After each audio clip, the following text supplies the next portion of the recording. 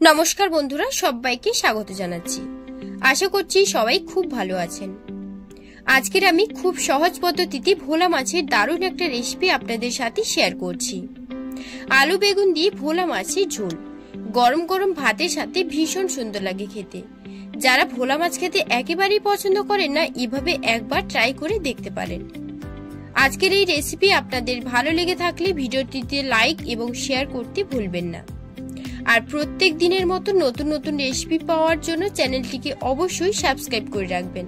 তো চলুন এখন রেসিপিটা দেখে নেওয়া যাক।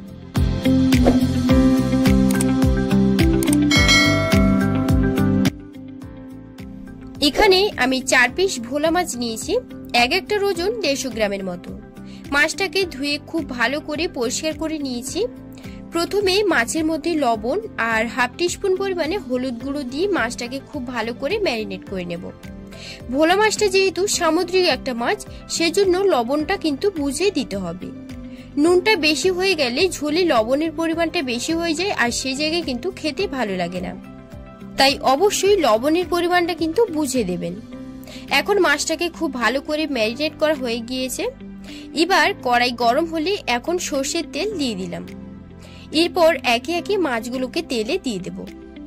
তেলে দেওয়ার পর খুন্তি একদমই লাগানো যাবে না, যেহেতু ভোলা মাছ খুবই নরম, সেজন্য মাছগুলো ভেঙে যেতে পারে।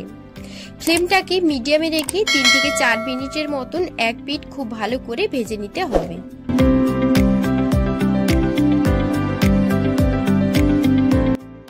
তো দেখুন, এক পিঠ হয়ে গেলে এখন মাছগুলোর অপর পিঠ উল্টে দিচ্ছি আর একইভাবে মাছগুলোকে ভেজে নিচ্ছি।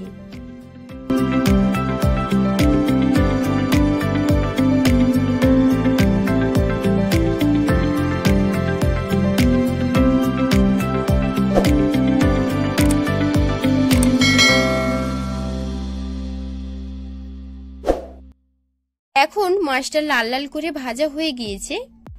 এখন মাছগুলো একে একে তুলে একটি পাত্রে রেখে দেব।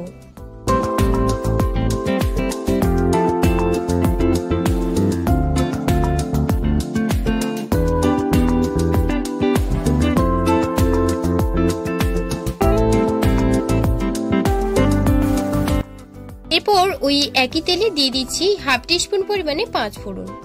এই জায়গায় কালো জিরেও দেওয়া যেতে পারে। ফোড়ন থেকে সুন্দর একটা স্মেল বের হয়ে গেলে দিয়ে দেব কেটে রাখা আলু আর কেটে রাখা বেগুন, একসঙ্গেই দিয়ে দিলাম। এরপর ভালো করে নাড়াচাড়া করে 2 মিনিটের মতন খুব ভালো করে আলু আর বেগুনটাকে ভেজে নিতে হবে। ফ্লেমটাকে মিডিয়ামে রেখে আলু আর বেগুনটাকে ভেজে নেব।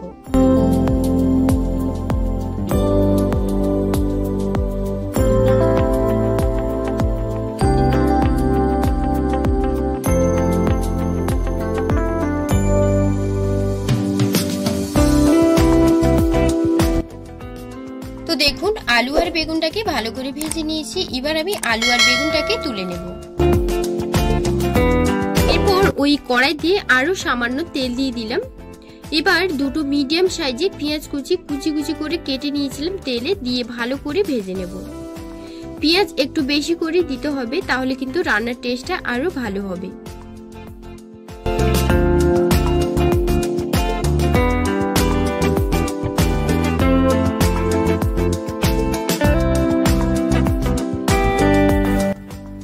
পেঁয়াজটা ভালো করে ভেজে নিয়েছি, আর পেঁয়াজের কাঁচা গন্ধটাও কিন্তু খুব ভালো করে চলে গেছে। এবার ভেজে রাখা আলু আর বেগুনটাকে দিয়ে দিচ্ছি। ফ্লেমটাকে কিন্তু মিডিয়ামে রেখে সবজিগুলোকে কিছুক্ষণের জন্য কষিয়ে নেব।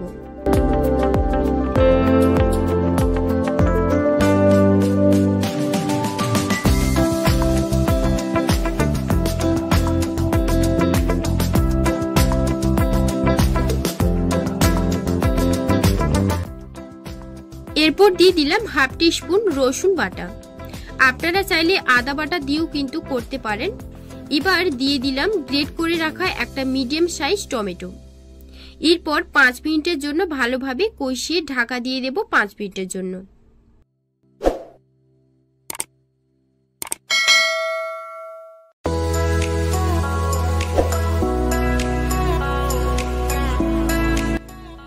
পাঁচ মিনিট পর এখন ঢাকনাটা খুলে নিচ্ছি। আলু আর বেগুনটা ভালোভাবে কষিয়ে নিয়েছিলাম। এবার স্বাদ মতো দিয়ে দিচ্ছি লবণ, হলুদ গুঁড়ো, হাফ টিস্পুন পরিমাণে জিরে গুঁড়ো আর লঙ্কার গুঁড়ো দিয়ে দিচ্ছি 1 চামচ। এরপর সমস্ত উপকরণ একসাথে খুব ভালো করে কষিয়ে নেব। স্কিপ না করে ভিডিওটা আপনারা শেষ পর্যন্ত দেখুন, আশা করব আপনাদেরও ভীষণ ভালো লাগবে। মিডিয়াম ফ্লেমে রেখে 5 মিনিটের মতন খুব ভালো করে কষিয়ে নিয়েছিলাম। 5 মিনিট পর কষানো হয়ে গেলে যে যেমন ঝোল খেতে পছন্দ করেন সেই বুঝে এখানে জল অ্যাড করে দেবেন। আমি এখানে 2 কাপের মতন জল দিয়েছি। নাড়াচাড়া করে নিয়ে ঢাকা দিয়ে রেখে দেব যতক্ষণ না আলুটা খুব ভালো করে সেদ্ধ হয়ে যায়।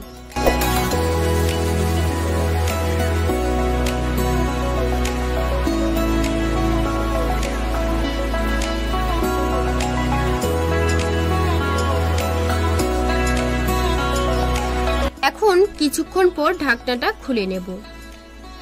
ঝোলটা কিন্তু অনেকটাই কমে এসেছে আর আলুগুলো কিন্তু ভালোভাবে সেদ্ধ হয়ে গেছে, দেখতেই পাচ্ছেন।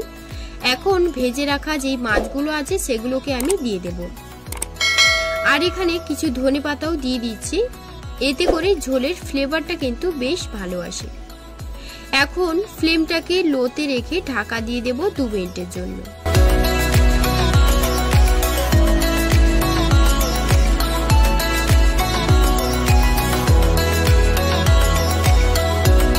তারপর ঢাকনা খুলে নাড়াচাড়া করে গ্যাসটা অফ করে দিয়েছি। এবার একটা সার্ভিং বোলে নিয়ে নিলাম। তৈরি হয়ে গেছে আমাদের দারুণ স্বাদের ভোলা মাছের ঝোল। আশা করছি আজকের এই রেসিপি আপনাদের ভালো লেগেছে। বাড়িতে অবশ্যই একবার হলেও ট্রাই করে দেখবেন। আর রেসিপিটা কেমন লাগলো কমেন্টে জানাতে একদমই ভুলবেন না। আজকের মতো এখানেই শেষ করছি। সবাই খুব ভালো থাকবেন, সুস্থ থাকবেন। আর পরবর্তী ভিডিওগুলো পাওয়ার জন্য চ্যানেলটিকে সাবস্ক্রাইব করে অল অপশনে ক্লিক করে রাখবেন, তাহলে সবার আগে নোটিফিকেশনগুলো আপনাদের কাছে পৌঁছে যাবে। ধন্যবাদ।